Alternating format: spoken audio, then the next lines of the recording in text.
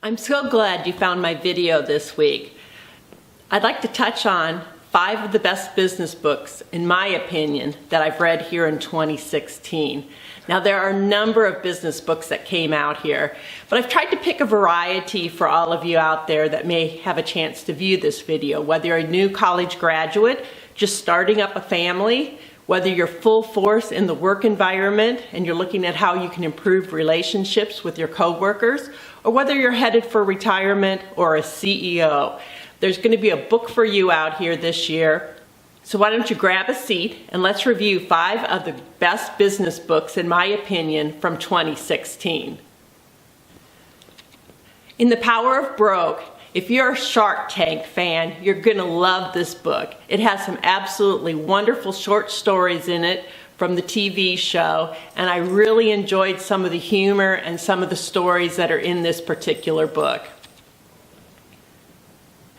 You know, a big focus of this book is on how empty your pockets are. How tight is your budget?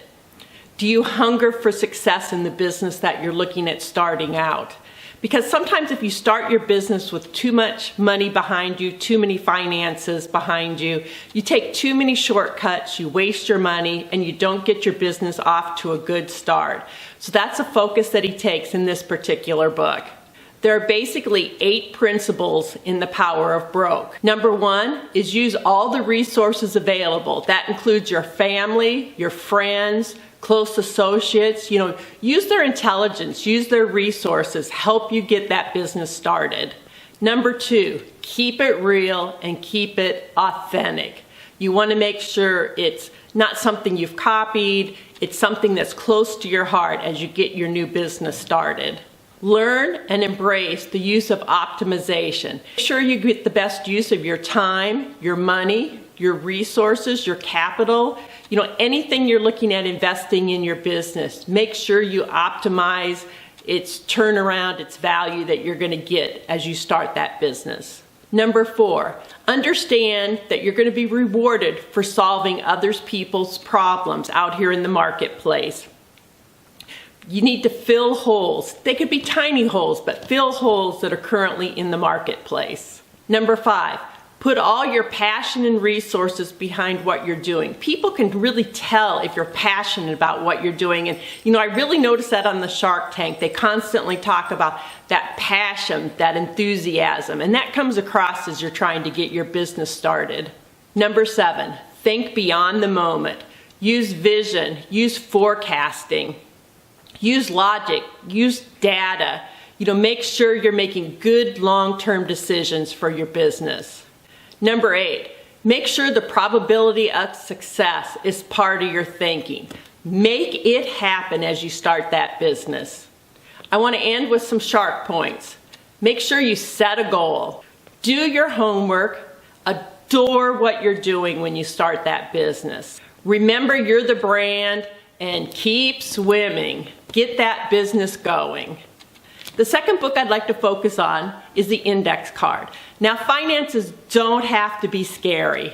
Really, in this book, it's made it very simple. It's comprised 8 key points down into 1 basic index card. So whether you're a new college graduate looking at how can you balance your finances, if you're a new homeowner, on up into retirement, this has some really quick and easy points to help you manage your finances. Number 1, save for retirement starting at an early age with the 10 to 20% of your income. Now, I know when I got my first job in my 20s, I didn't even really think about wanting to save for retirement. But it comes way sooner than you think and way before you really plan on it. And you need to work that interest that you're going to be compounding from a young age into your 50s and 60s. And absolutely, you want to take advantage of any employer's contribution to your 401k. So at the very minimum, if they're going to match 6%, you want to make sure you put 6% into your 401k for your retirement savings. Point number 2, pay off that credit card bill and balance every single month.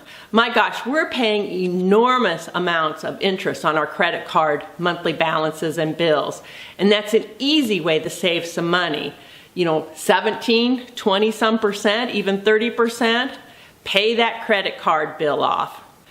Number 3, max out your 401k and other tax-saving investment tools where you can use that tax advantage to your particular benefit.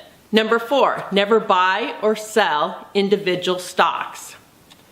Number 5, look at mutual funds. Be an informed investor. Number 6, make your financial advisor commit to fiduciary responsibilities. He does a good job of explaining what fiduciary responsibilities is in this particular book. Number 7, buy a home when you're financially ready. Instead of putting your money into rent, put that into an asset, into a property that can have the opportunity to appreciate over time. Finally, number 8, he looks at the different values of insurance and how that can help your children and spouse over a period of time if something, unfortunately would happen to you. Make sure you give them some security. A great basic financial book, The Index Card. The Originals. This was a really enjoyable book. It's basically how nonconformists run the world. And unfortunately, when we're just children in school, our teachers, kind of unconsciously teach us to conform. Those who follow the rules are the easiest to get along with. And sometimes conformists, they challenge people. They, break the standard rules because they're thinking outside of the box. And that's what this book helps us do, is in the workplace, in the work environment, do we encourage people to think outside of the box, to help us move our business forward, to take advantage and opportunities of marketplace opportunities that maybe 80 or 90% of the people can't see, but this handful of original people can see those opportunities. To be original, you have to take radical risks. There's some very enjoyable short stories in this book about things we've all heard about in the marketplace. For example, the Segway, Bill Gates, Warby Parker, the online eyeglass retailer, Martin Luther King, Polaroid, and where the company failed because they failed to take advantage of digital opportunities, and they thought 35 millimeter or instant film was going to go on forever. A really great book to help change your way of thinking. Have a good day. This is absolutely a wonderful book where it harnesses the power of behavioral science to transform our working life. It really gave me there's just dozens and dozens of unique tips on how to help you rethink your interactions with people in the workday. And it doesn't have to be necessarily your work life. It just could be your family life, your friends. It could just be people that you interact with through the day. What does it take to have a good day? It's really not your job. It's not really your title that you have or your job responsibilities. It's all in how we think most of the time. The book has 7 sections. The first 2 sections kind of helps you set the right priorities and makes the best use of your time. The next 3 sections are more on how to transform your activities through the day into pleasure and help them become a triumph in your life. And the last 2 sections I think are really key because it really helps you maintain that positive momentum, those positive thoughts throughout the day. And how to boost your resilience by keeping your positive thinking in the face of disappointment throughout the day. A great behavioral science book. How to Make Your Money Last is absolutely a wonderful book for anybody in their 40s, 50s, 60s, where you're thinking a little bit more and more about retirement and some of the things you have to really think about and bring into place long before you really actually reach that point in time when you're going to retire. Too many people make that mistake of retiring early, in their early 50s, maybe 62, when perhaps you should have waited just a little bit longer. Your money maybe doesn't end up lasting quite as long as you really thought that it might at the start of your taking early retirement. So this book brings up some really good points you need to think about. And point number 1 is make sure you right-size your life when you retire. You don't have that income coming in monthly anymore the same way you did when you had a paycheck coming in. So kind of curb your expenditures to match, right-sizing your life for your current lifestyle. Point number 2, Social Security income. At what age should you really start to draw it? He brings up numbers and numbers of good examples on whether you should do the 62, the 65 or 67, the 70, the pros and cons of both those situations. If you're married, drawing off your spouse. If you're divorced, what opportunities you have. Pulling Social Security off your ex-spouse versus using your own resources. So great points on Social Security type income.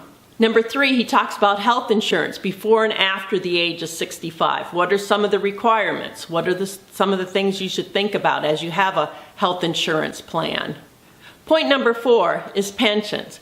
Some folks who started working several years ago have that wonderful benefit of a fixed pension. It may be coming in a monthly payment, or maybe you have a lump sum opportunity. And he talks about the positive and negatives of both of those types of opportunities. Number 5, should you buy your own pension? Meaning through some of the different types of insurance plans that are out here, is that the right opportunity for you to look at having that guaranteed monthly type of income coming in?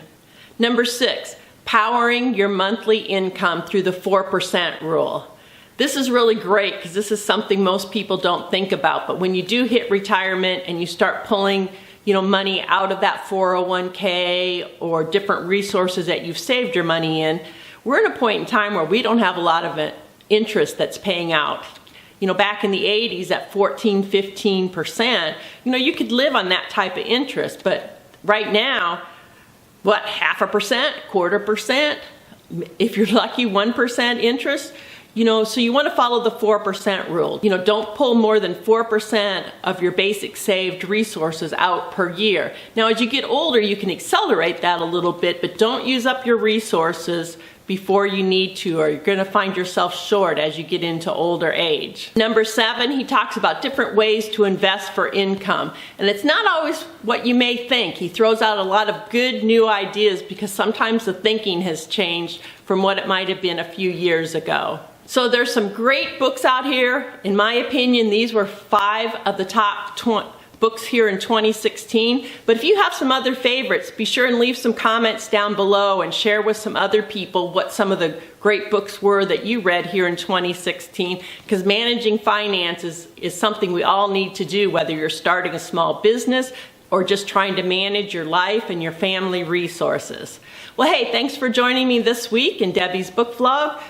Please subscribe and like below, and I look forward to seeing you again in another video.